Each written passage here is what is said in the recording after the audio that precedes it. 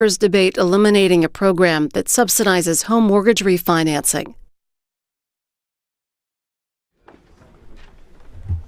The House Homeland Security Committee will hold a hearing tomorrow looking into the role of American-born Muslims in acts of domestic terrorism.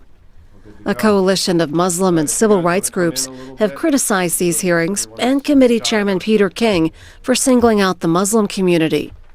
The Council on American-Islamic Relations talked about the hearings today at this news briefing. This is an hour. We appreciate you all taking the time to come out and join us today. This will be a discussion about the hearings on radicalization within the Muslim community that will be starting tomorrow at 9:30. This group has a number of concerns with the way Congressman Peter King has gone around holding those hearings. We believe there's a lot of misinformation that will come out of the hearing. And speaking on behalf of CAIR, it's been our great concern that the Congressman has made a number of anti-Muslim statements and he's made a number of false allegations about the American Muslim community. So we intend to discuss that as well. What we'll do is we'll dive straight into letting each of the speakers represent their group, and then we'll have an open question and answer session at the end. If you would please, and I'll remind everybody of this when we get to the question and answer session, please identify yourself by name and by organization. And for each of our speakers, if you would please, also make sure you say your name, organization, and title. It's been requested that we give out titles. So speaking first this morning will be Mr. Nihad Awad of the Council on American-Islamic Relations. Thank you, Corey. Thank you all for coming this morning. My name is Nihad Awad, Nihad Awad. I'm the National Executive Director of CAIR, Council on American-Islamic Relations. Since Representative Peter King announced tomorrow's planned hearing on American Muslims, more than 250 organizations have written to him expressing concerns about his statement and allegations. Hundreds of leaders from across the nation, including more than 80 interfaith representatives from King's home of Long Island, New York, have expressed similar concerns. Representative King's two main allegations, that American Muslims do not cooperate with law enforcement and that 80 to 85% of their leadership are extremists, are demonstrably false.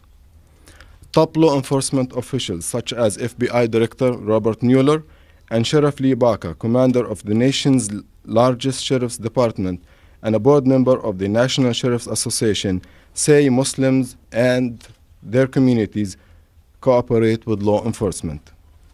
Just this week, a former FBI counterterrorism director rejected the allegations of Muslim non-cooperation. Michael Rowlands, who headed the counterterrorism division at the FBI Washington field office between 2002 and 2005, said, "I will tell you in no uncertain terms that the community has on multiple occasions come forward and assisted law enforcement." Academic research also refutes Congressman King's claims.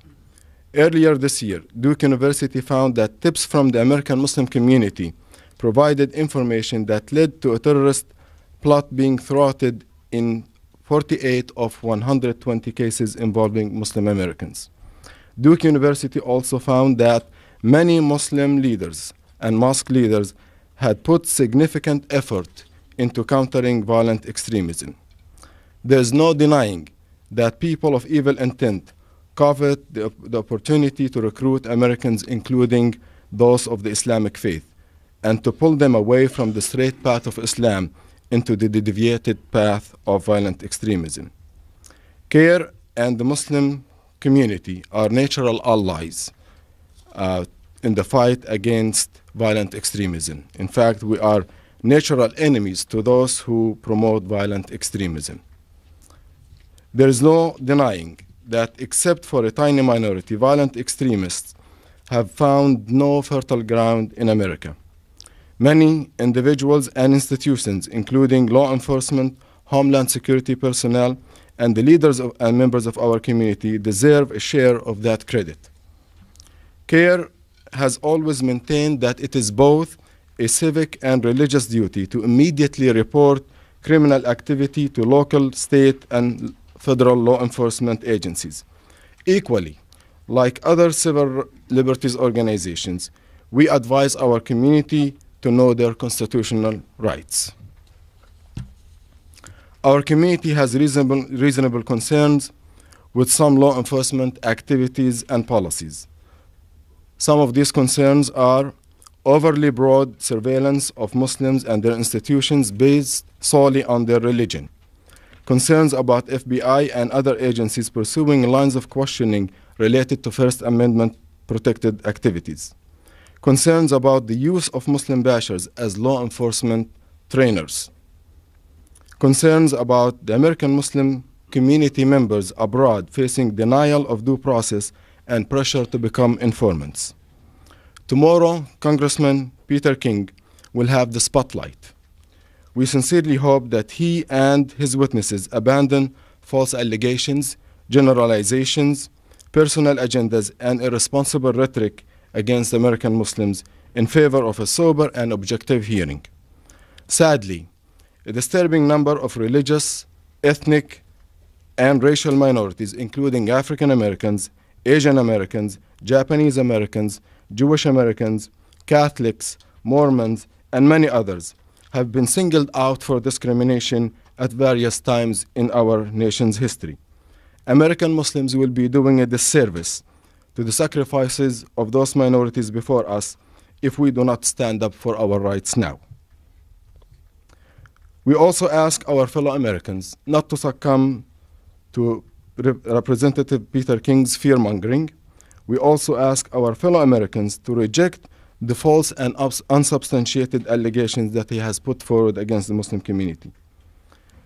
We urge the members of the general public to communicate with the Muslim community, to get to know them on personal basis, because we believe that this is the best way to know one another. We would like also to thank the many political and religious leaders who have spoken against King's divisive hearing. Ladies and gentlemen, America was not built for any one religious or race or ethnicity. It was built on a set of principles. One of those principles is the respect for pluralism. We hope Congressman King will remember that and will work to unite Americans, not to divide our nations.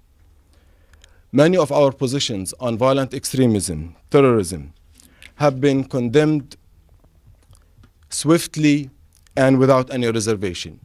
Peter King has accused the leadership of the Muslim community for being reluctant to work with law enforcement. This is a false allegation. We put some of these questions for him. The first order of his business tomorrow is to back up his main allegation that 80 to 85% of mosques are run by extremists. He will have no evidence, no research to substantiate his allegation. The fact that he said that unfortunately there are too many mosques in America is very disturbing and should be rejected by all Americans. Unfortunately, his bias towards the Muslim community make him even be unfit to lead a very, very important committee like Homeland Security in our Congress. Thank you.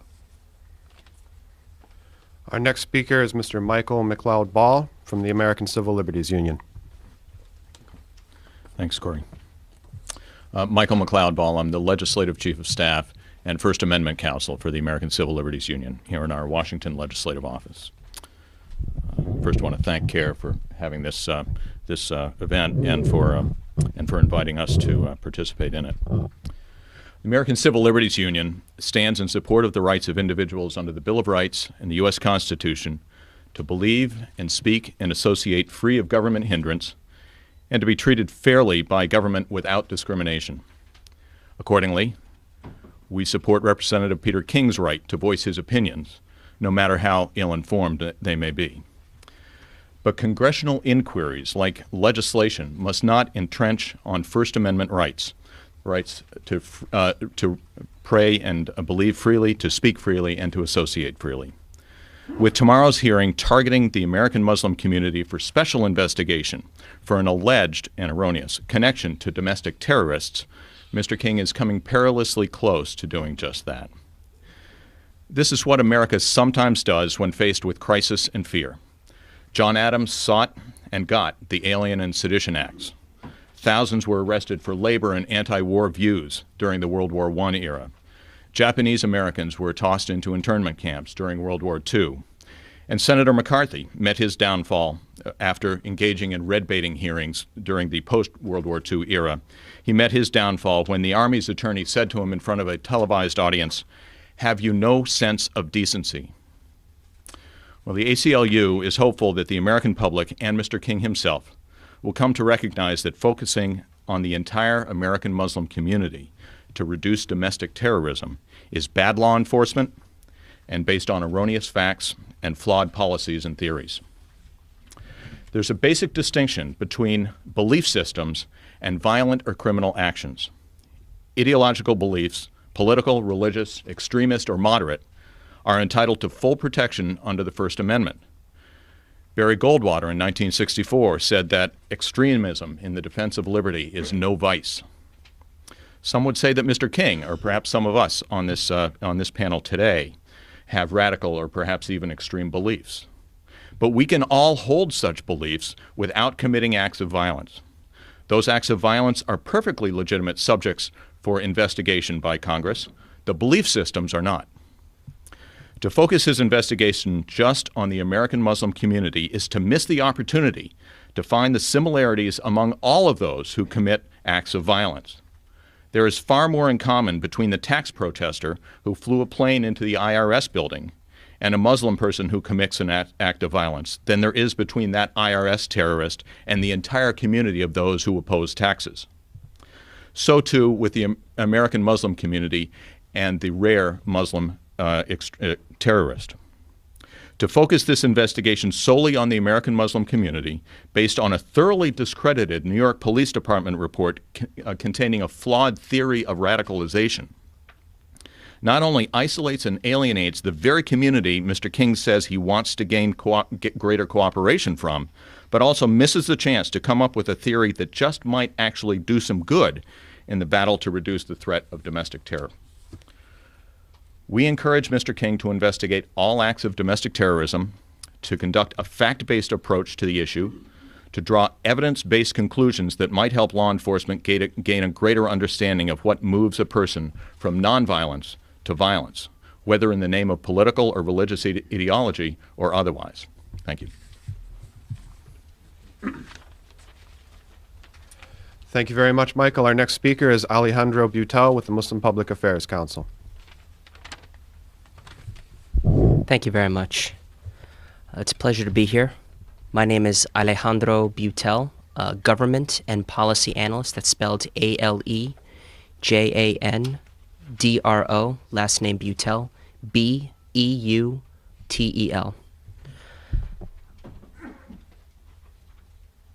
I come here today as a representative not only of as a representative of the Muslim Public Affairs Council, but as an American and as a Muslim. And when I look at what's happening today with the Peter King hearings and what's been taking place over the past few months, is that there is a serious lack of an adult conversation right now on the issue of violent extremism facing our nation. If anything, what's been taking place is that Representative King has engaged in political theater rather than actual problem solving. As the other speakers have mentioned before, everyone agrees that terrorism is a serious threat that affects our entire nation and that we all have to stand strongly against.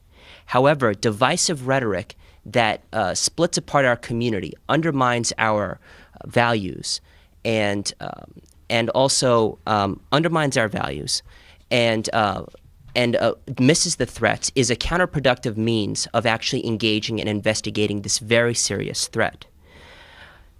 What we feel instead is, in order to have an adult conversation, is that we need to make sure that we let the data lead the discourse.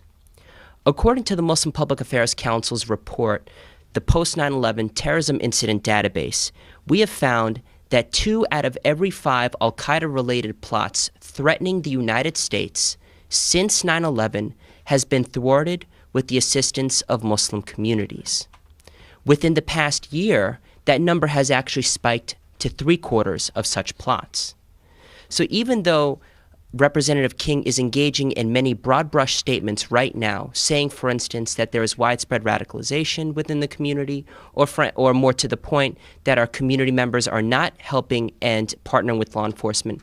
That is demonstrably false. And not only that, but a number of law enforcement officials have come forward and given their support in favor of the Muslim community.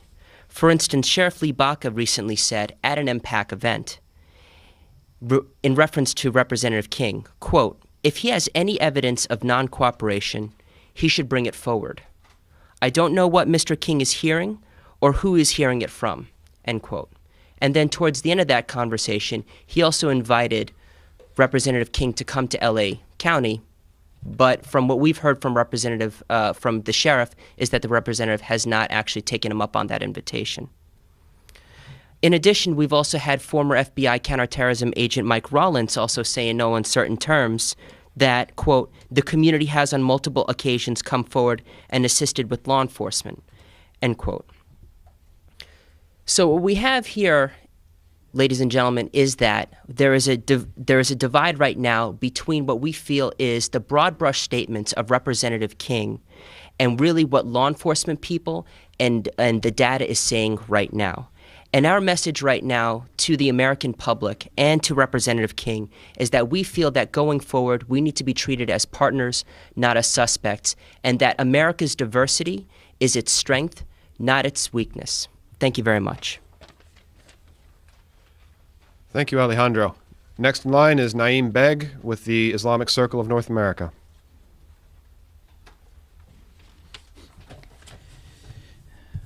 Good morning. My name is Naeem Baig, Naeem Baig, and I'm Vice President of Islamic Circle of North America. The Islamic Circle of North America issues this press release today denouncing the planned congressional inquiry into American Muslims by Representative Peter King, Chairman of the Homeland Security Committee. On Thursday, March 10th, the Committee on Homeland Security will hold a hearing entitled "The Extent of Radicalization in the American Muslim Community and That Community's Response." These hearings are nothing but a political stunt by Representative King, who is well known for his flagrant anti-Muslim sentiments. He has declared, quite erroneously, that radical Muslims control 80% of mosques in America, an absurd accusation that contradicts all credible studies on American Muslim attitudes on radicalization. The congressional inquiry is based on such unfounded claims. The proposed hearings essentially cast doubt on an entire community by virtue of its faith, clearly encroaching on the values of religious freedom that are protected by the Constitution. Our country stands for justice, equality, and tolerance, none of which are upheld by Representative King's hearings. Representative King wants us to believe that these hearings will create a better America, but we believe that these baseless accusations and biased inquiries will only serve to arouse suspicion of law-abiding citizens, provide fuel for Islamophobes, and put the American Muslim community in serious danger. Representative King must stop capitalizing on the rise of Islamophobia and xenophobia, fueling the anti-Islamic rhetoric that is being spewed across the country and within the GOP. 4 elected GOP officials participated in a bigoted rally against Muslims in Orange County, California, and another official embarks on a McCarthy-like hunt that will only further divide our nation. IGNA believes that GOP has remained silent for far too long. The party must address the rise of anti-Muslim sentiment among its members. Will the party continue to endorse those who divide the American community along religious lines? 7 million Muslims deserve more than to be treated as guilty until proven innocent. Thank you. Thank you. And then next up is Nagla Fetouh with My Faith, My Voice.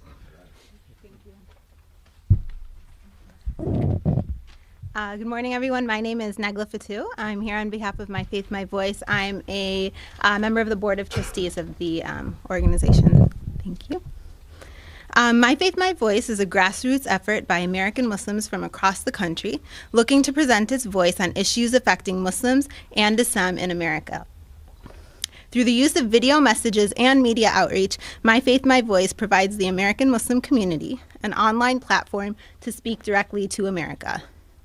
This week, we're calling on American Muslims to speak up and present to America our own narratives countering the false allegations being presented by Representative Peter King. We are also working on broadcasting our own PSA on a major news network during the hearings as a way to offer a balanced perspective to America. If you're interested in more information about the PSA that will be airing tomorrow, please see me after this and I can give you that info. We're also working, in the recent past, Representative Peter King has made unsubstantiated claims that promote an incorrect view of our mosques and communities.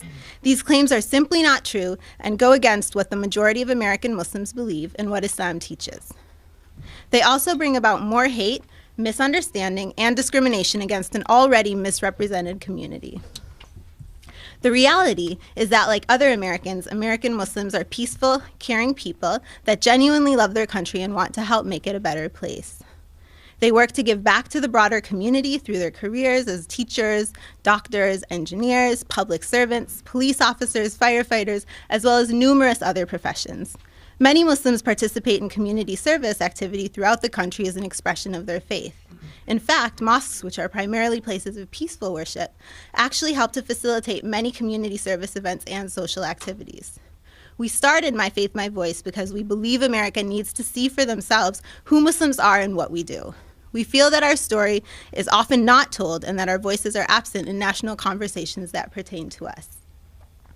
When you visit our website, www.myfaithmyvoice.com, you will see that the candid nature of most of the videos allows people to see for themselves what the average Muslim thinks on a variety of issues.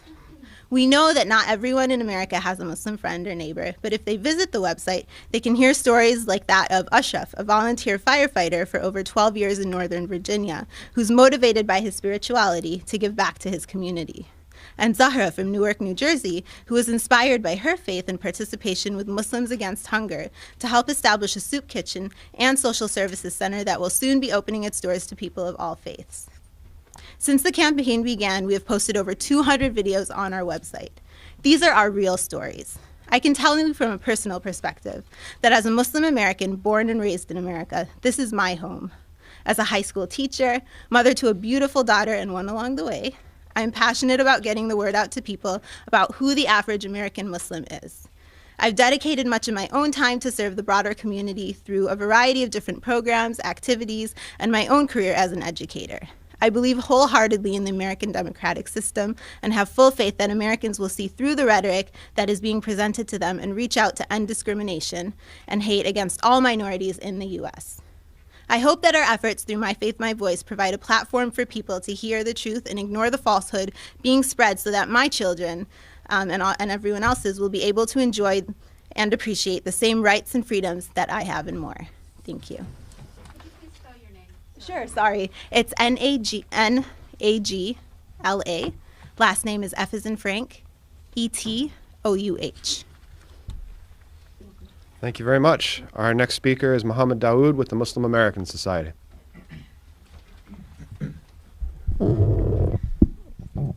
Good morning. My name is Mohammad Dawood. I am the president of the Muslim American Society DC chapter. My name spelled is MOHAMMAD.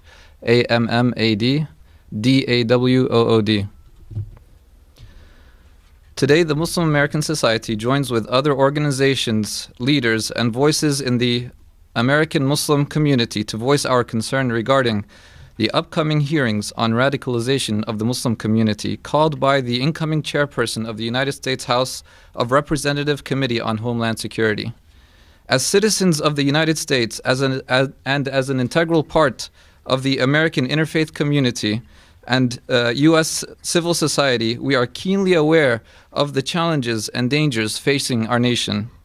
Muslims, like other people, have been victimized by war, social violence, and plots that seek to indiscriminately harm people in our nation. We have consistently, through numerous voices, articulated the fact that random acts of terrorist violence contradict the core values of our faith. And we have appropriately come to the assistance of legitimate law enforcement officials who have brought such nefarious plans to our community. Whether such plots have involved Muslims, Christians, Jews, or persons of other religions or no faith at all, they are a stain on the fabric of our shared sense of moral values. And especially when these actions have been encouraged by a small minority of Muslims anywhere they live in the world, we have vigorously challenged both the actions and the motivations behind them. Indeed, Muslims themselves have time after time challenged acts or plots involving Muslim individuals when such actions have potentially or actually threatened the nation. All of these things are well known to the agencies of the United States government charged with the responsibility of protecting all of us.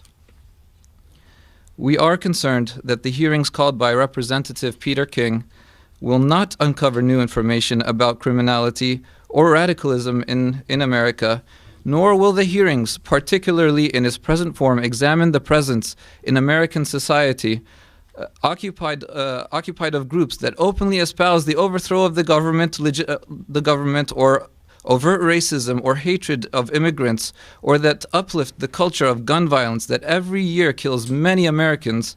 Rather, these proceedings will give voice to people with clear agendas against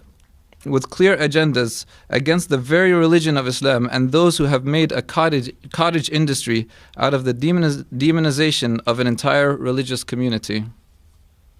The Muslim American society is well aware also that there is a clear presumption of unproven guilt that frames the proceedings.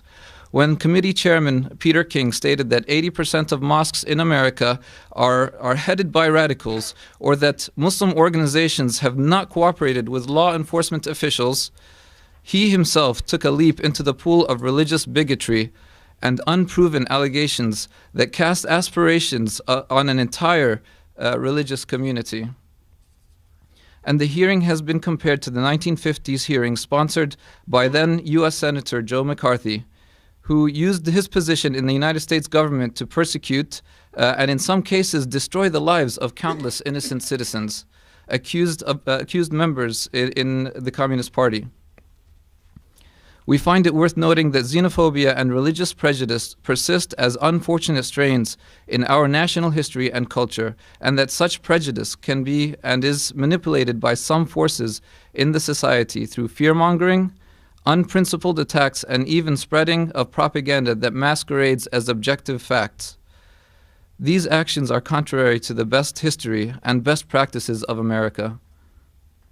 And we join today with other leading organizations to say that such acts have no place in our democracy. Finally, we note and thank the large number of Protestant, Catholic, Jewish, and other faith groups that stand with the Muslim community against prejudice and irrational fear. Our religious traditions may be diverse, but they are bound together by common threads that celebrate truth, tolerance, and compassion. The Muslim American society will continue to support both our collective civil rights and collective security.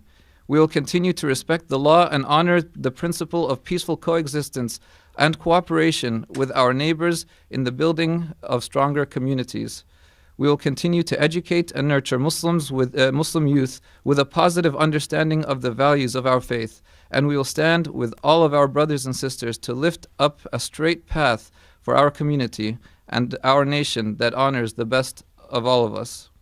Truly, we believe the best of Islam and the best practices of Muslims will overcome all prejudice and fear by the grace of God, and our faith will be a blessing to this great land of freedom that we also love, respect, and seek to better serve ourselves. Thank you very much. All right, thank you, Mohammad. Our next speaker is Imam Johari Abdul-Malik. He is with the Council of Muslim Organizations. Assalamu alaikum and good morning. My name is Imam Johari Abdul-Malik. I am AMJOHARI ABDUL-MALIK. I'm representing the Council of Muslim Organizations of the Greater Washington area. And on behalf of the Council of Muslim Organizations, representing over 100 mosques, schools, and organizations in the greater Washington area, we want the community to know that our council has hosted numerous meetings with law enforcement, youth and community forums against radicalization, that we have met regularly with members from the Washington field office of the FBI, provided consultation and information with them specifically around some of the cases that were mentioned earlier in this press conference. American imams, like myself, have also traveled on behalf of the State Department to foreign countries to speak about counter-radicalization and our commitment as American Muslims. I want to say today that we're not in denial as a community that something is going on, that there are bad actors in every community, and it's our role as citizens to gather together, to look for justice, to identify individuals who have malfeasance. And I think our data has shown that the American Muslim community has been in the forefront. There's something going on, though, with Mr. King's hearings. And that is that he's on to something, but he's moving in the wrong direction. If I could quote Fareed Zakaria, he said, "This approach is like finding a needle in a haystack by adding more hay." The American Muslim community has been a faithful partner with law enforcement, while at the same time being the subject of investigations. The American Muslim community, I believe, is the best defense that we have against radicalization in America among American Muslims. In fact, it is our opinion that if you look into the American Muslim community's response, we have done a lot, but we have much more to do. We would call on Peter King and others to say, why not be a constructive partner in the war against terror? And to recognize that the recent Pew study shows that the number of Muslims in America and mosques will double in the next 2 decades. And so we're here to stay as a community, and that fear and hate speech won't make the problem any better. On behalf of the council, we remain committed to our religion, to our rights as Americans, and our faithful responsibility to establish peace and justice in our society. Thank you. Thank you very much. We have 2 speakers who arrived late. Welcome to the famous DC traffic. So I'll call each of them to the podium in turn. Their names are on the speakers list that we gave out prior to the press conference. So first up is Rafi Ahmed with the Northern Virginia Muslim Civic Coalition. Good morning. My name's Rafi Ahmed, RAFI-UDDIN-AHMED. I'm representing Virginia Muslim Civic Coalition, and our goal are to increase civic awareness in Muslim community and to engage our elected official on issues that affect all Americans. I'm sure my colleagues have already pointed out some of these facts already. In 2004, Representative Peter King said, "You could say," and I quote, "you could say that 80 to 85% of the mosques in this country are controlled by Islamic fundamentalists, and that average Muslims are loyal but don't come forward. They don't tell the police what they know. They won't turn in their own." In 2007, made a comment. Representative King said, "We have too many mosques in this country." In early 2010, again, Representative King implied that American Muslims are not true Americans. With all due respect, Congressman, I disagree with your assessment. In fact, the fact is that you have never been able to support your statements with any factual data. Here are some facts. I am part of a group of Muslim leaders which cover major Muslim organizations in Northern Virginia who are part of AMSAC, Arab Muslim Sikh Advisory Council. This council was created by the FBI Washington Field Office after 9/11. And we meet on a regular basis.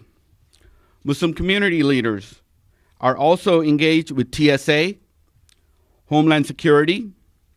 Tips provided by the Muslim American community is a source of information that led to many terrorist plots being thwarted in 48 of 120 cases involving Muslim Americans. The Muslim community and its leadership has the same goal as Congressman Peter King, which is to protect our country from any harm, foreign or domestic.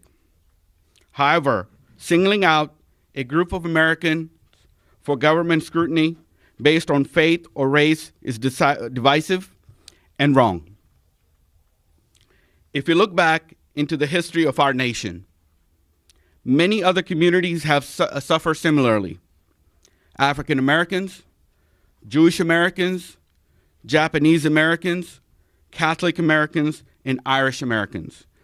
Even Martin Luther King, who was a nonviolent, shining example of civil rights movement, who now has a federal holiday named after him and won a Nobel Peace Prize, was branded the most dangerous and effective Negro leader of the country.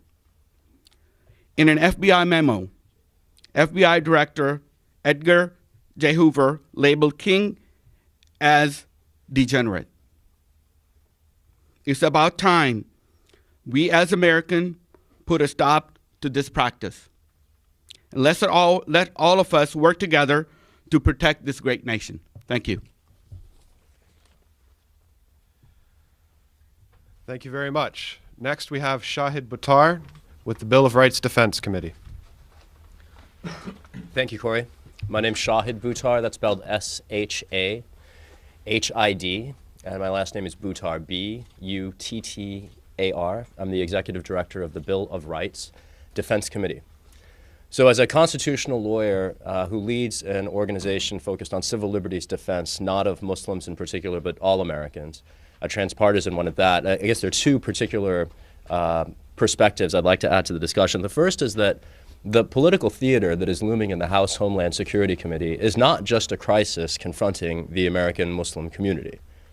This is a crisis confronting the United States, for the simple reason that inclusion has long laid at the heart of our nation's promise to the world, as well as the strength that we have, on which we have predicated this country's growth. The 7 million Americans of all ethnicities who collectively comprise the American Muslim community deserve more than presumptive guilt by suspicion, especially when you consider the particular interests at stake, the freedoms to belief, to speech, to associate. These are fundamental. They're in the First Amendment for a reason. These are integral not just to any community's opportunity to participate in our society, they are integral to our society as a whole. And when we compromise them for any given community, it sets a precedent that opens the door to more. I'll just note one caveat in all of this. In some respects, this ship has already sailed. One of the disturbing parts about these hearings is the importation of bias from the executive branch, where it has long been visible and pervaded our nation's counterterrorism efforts, into the legislative branch. But there's a difference between the FBI and the House Homeland Security Committee. The FBI has long undermined the right to associate, the right to speech, and the right to free belief for Muslim American communities. The regime of pervasive infiltration, which remains secret to Congress, to the press, to the public, in which there has not been inadequate oversight, shouldn't comfort us about this bias now being dragged into the public arena. Unlike the FBI, the House Homeland Security Committee is not a government agency that has been in the business of violating Americans' rights since the days of its earliest inception, as my colleague Michael Macleod-Ball noted. Unlike the FBI, the House Homeland Security is not a government agency fairly described as a recidivist. And unlike the FBI, the House Homeland Security Committee is not a government agency that has lied to Congress in the last year and refused to defend its own policies in public. But the concern I have is the open and overt embrace of bias and xenophobia in a body that, let's be fair, has done this before. The House Un-American Activities Committee was a central ingredient in the McCarthyism that Representative King now aims to replicate. And as Representative King aims to essentially be the Eugene McCarthy of the 21st century, it's important for all of us to note the disingenuity of the effort. Were Representative King sincerely interested in investigating the roots of domestic extremism, he'd explore the threat posed by people who've bombed federal buildings in Oklahoma. If he were sincerely interested in investigating the roots of violent extremism, he'd explore the threats posed by people who've flown planes into IRS buildings in Texas, or people who have assassinated health professionals in the middle of their church services in Missouri. But he's not. These aren't the kinds of threats. It's not domestic extremism in which Representative King is interested. Representative King is interested in scoring cheap political points by vilifying vulnerable communities. And that is a threat that should concern all of us, not just as Muslim Americans and not just as our allies embracing an inclusive society, but as Americans committed to defending our nation's most shared fundamental values. Thank you. And then finally, we appreciate your patience with us, but obviously a community with a lot to say from a lot of varying different perspectives. Mohammad Salim Akhtar of the American Muslim Task Force. He'll keep his remarks fairly brief for us because he's a nice gentleman, and then we'll get right to your questions. I am Mohammad Salim Akhtar with American Muslim Task Force on Civil Rights and Elections, AMT-PAC, and which represents 15 plus major national and regional Muslim and Islamic organizations in the United States of America. Much has been said already. I will not repeat that. All I want to say is that we stand united with our Muslim brothers as well as the people of conscience in the society, people of faith, and even people of no faith. People of faith, which represent from Buddhist to Judah, Christian, and Islamic communities in America, to condemn the efforts being done, which may have some good intentions, but this process, which Peter King has chose to, the path he has chose, this will not serve any purpose, but it will further radicalize the situation. And it will continue creating the environment, even the same type of environment that has even made the mockery of the self of the President of the United States of America and the presidency of the America. And it has been, if you look up there, it's not so bad that even a stepfather who contributed to raise a child gave a president of the United States of America, that is Barack Hussein Obama. And I stand united, we stand united with every people of conscience who care that this society is built and continue we building the society on harmonious path. And we have to show this will not help in terms of our image of American public to the rest of the world. So again, I express myself on behalf of AMT that we do stand united with our rest of the brothers and sisters in the United States of America. Thank you. Again, thank you very much. As you can see, there's a lot to be said. Unfortunately, almost everything that you heard here will not be present during the hearings tomorrow, which is why we held this press conference. So I'd like to dive right into questions. Please do identify yourself by name and institution, and we're going to go with the lady first. Hi, I'm Penny Starr with CNS News. I wanted to say that even if you could argue that post 9/11, that the IRS building, the plane flying into it, and the murder of George Tiller were acts of terrorism, isn't it true that the vast majority of cases of thwarted terrorism had links to radical Islam? And also, if I wondered why what group would be investigated other than those in the hearings tomorrow? What groups would you like to see investigated? And also, why would you hold this conference before the hearings rather than after, so you can see what actually unfolds there? A lot there. Anybody want to? Please. This has been going on for a while, right? You can go back a couple of Congresses to hearings before the same committee, actually a subcommittee, on the notion of creating a commission to form to examine the issue of homegrown terrorism. So this is not a brand new thing. We have been talking about it. The ACLU as an organization has been talking about this for quite some time. As far as the issues of the acts of terrorism that you're talking about, if you're looking to develop a working theory of how you reduce terrorism, you don't just focus on one narrow set of those acts, and so you look at thwarted acts of terrorism, but you look at successful acts of terrorism, and you don't look at them just for the past 10 years. You look at them for the past 50 years, 200 years. Yeah, but why narrow it? Why narrow it in that fashion? If you're trying to develop a theory of what turns somebody from nonviolence to violence, you look at all of the actors that engage in that. And answers my yes or no question.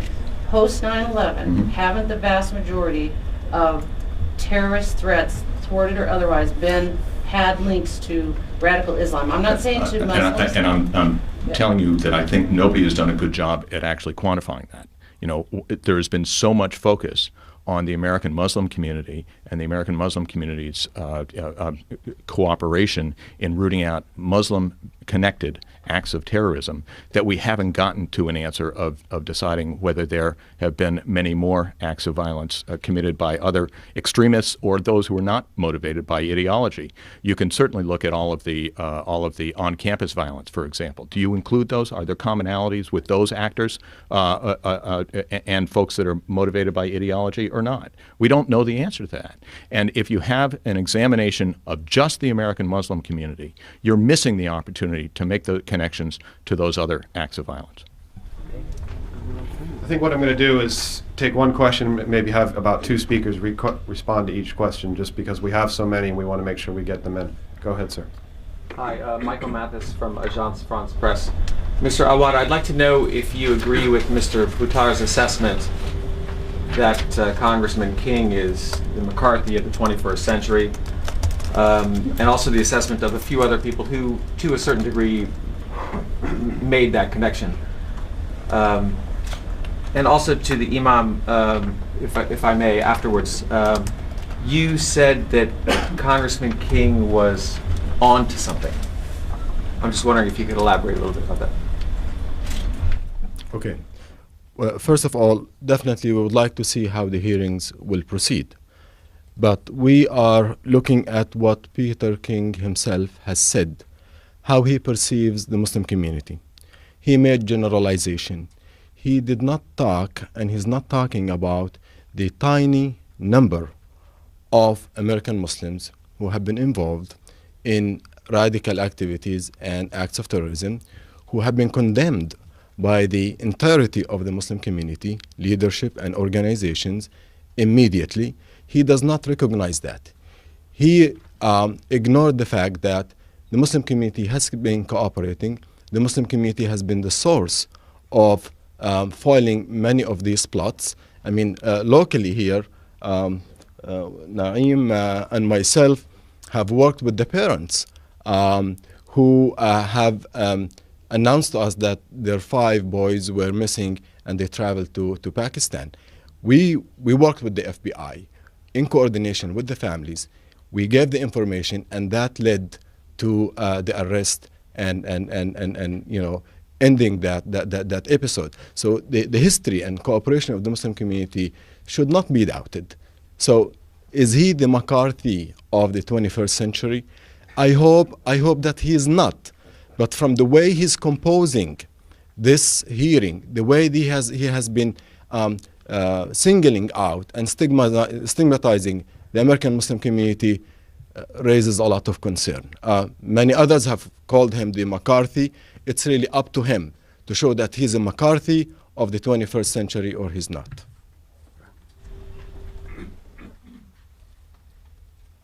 Just to echo what Nihad said, if you look at the case of the 5 boys that went to Pakistan, this is an example of some young people who in fact were radicalized.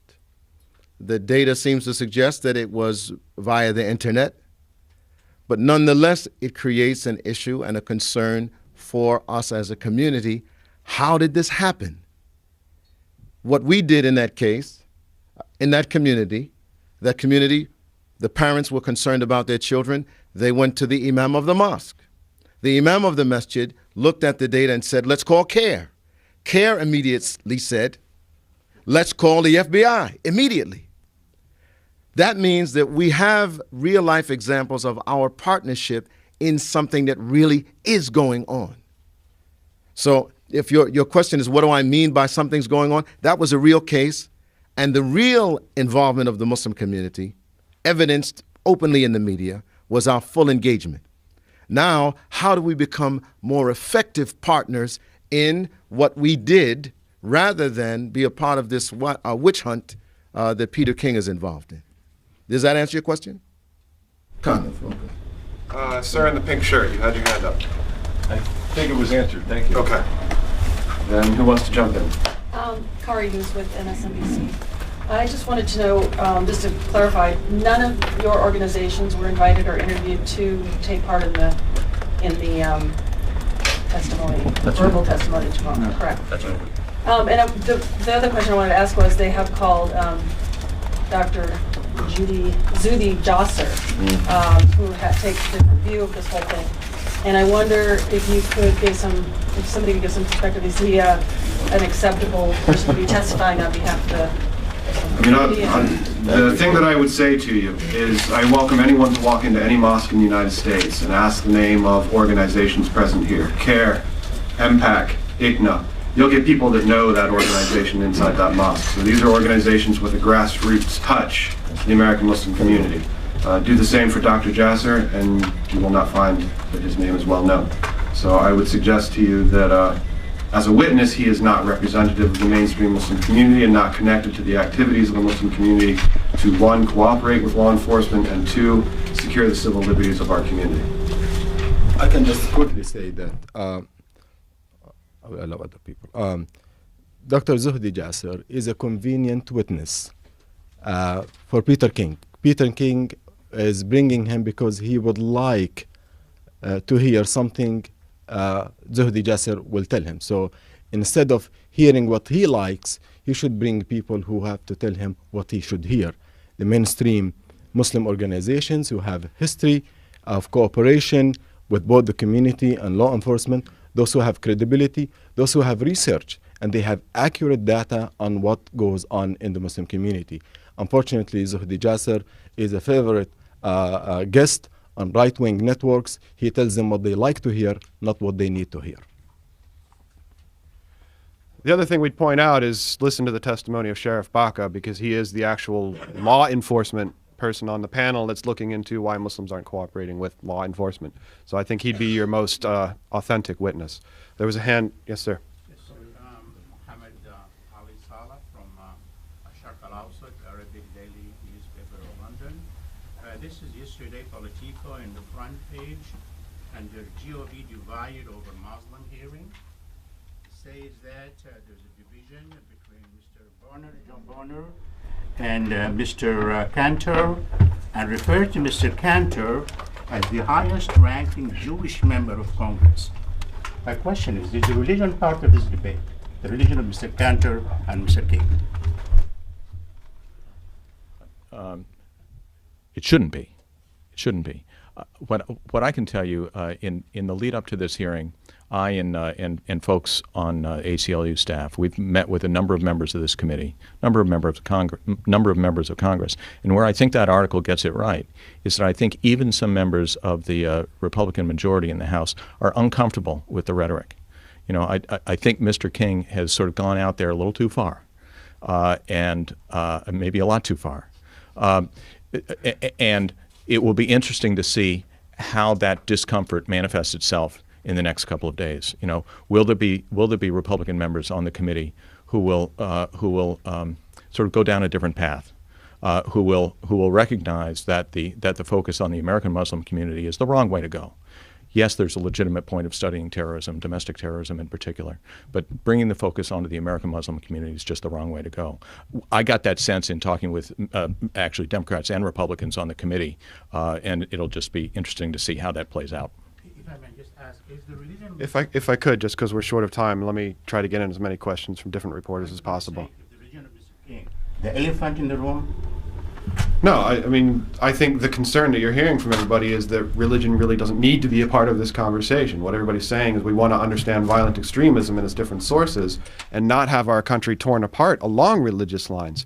That's happened before. If you remember Kennedy, when he was running for president, people were saying, oh, the Pope's going to be in control of the country. That's entirely inappropriate to attack Catholics that way. And it's the same for other faiths. Our country is built for many different religions, and we should remember that and pull those religions together because we have a common enemy in the violent extremists. Canadian Broadcasting. I mean, you've called this press conference, understandably. You have issues with these hearings that are beginning tomorrow.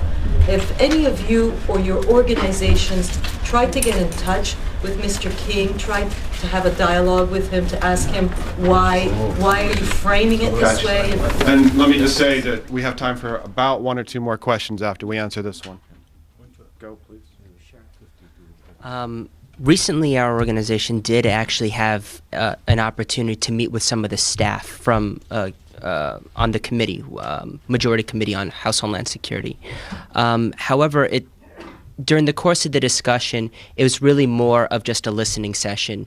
There weren't very many questions asked. It was just us talking about some of the work that our organization has been doing and sort of expressing some of our concerns with the direction and the rhetoric.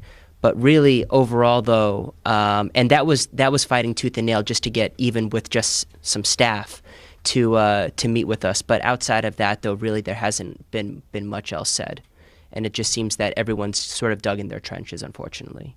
But no one has mentioned violent Muslim extremists by name. All of you have named Peter King one way or another as false, dangerous, perhaps even the enemy. By unanimously attacking King, are you shifting the blame onto him rather than the reality of radical Islamic extremists? You know, we've talked about it. We acknowledge that there is a problem. That number is tiny, should not be exaggerated. He should not generalize. He should not accuse the Muslim community and just treat it as guilty because of the acts of the few. And those specific incidents that our community and organizations have been involved in foiling have been successful. And we have condemned those individuals and those acts. But our bone is with Mr. King's assertions about the Muslim community in its entirety. It is unfair and he has been biased. And I think his approach is going to radicalize young people. He's sending the very wrong message to young people, to the community, and to the world. A person in his responsible position should be more responsible in the approach of tackling sensitive and important issues pertaining to our national security. And you'll be last word. And anyone who commit the act of terrorism, we don't even consider them a Muslim anymore. It means we don't allow anyone to hijack the good name of Islam. And the issue at hand is that it is 1.5 billion Muslims' faith has been put on trial. Never happened in the history of United States of America. And this is not a good impression, and that's not a good message we are sending on our street and across the shores. To answer your question, there's no diverting here that we're trying to do. In fact, our community organizations have for a long time been playing a frontline role. That's why, for instance, we've been pointing out the data where we're here trying to encourage cooperation in a constitutionally informed manner, of course, but partnership with law enforcement to make sure that when there is something afoot, that we let law enforcement know. In addition to that, we've also been involved before, and Imam Johari can even speak to this as well. For instance, the Muslim Public Affairs, Terrorism and Extremism in the Name of Islam, as well as putting out other sort of publications, launching our 2004 grassroots campaign to fight terrorism. So we've had a long track record, speaking for our organization, going back 25 years, dealing with this very issue. But Representative King has decided to ignore all the track record, all the work that our organizations have been doing collectively over the years, and instead decided to embark on political theater rather than actual problem solving. And at the end of the day, that's the concern I think that a lot of us are having here, because it's going down a path where it's violating people's civil rights and civil liberties, putting an entire religion on trial, and not actually going after the real criminal threats, which really concern all of us as American citizens. Last word. To speak to your point directly, I did mention about the 5. I don't want to give the kids names, but I think everybody's familiar. This is a real case. But let's look in Orange County in California. The Muslim community identified a young person who was in the mosque who was behaving in a way that they felt was not representative of Islam. It was dangerous.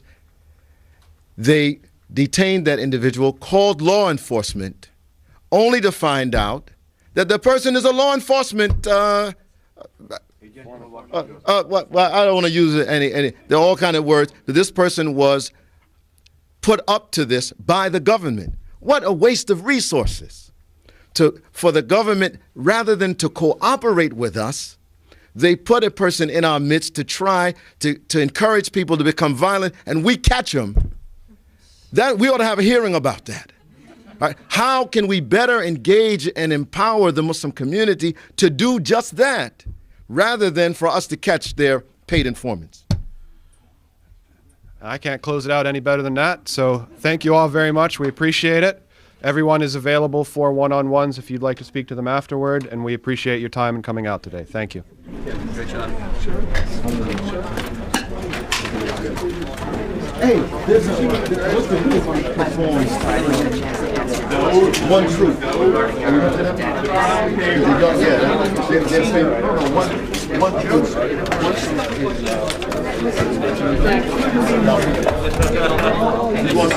Truth.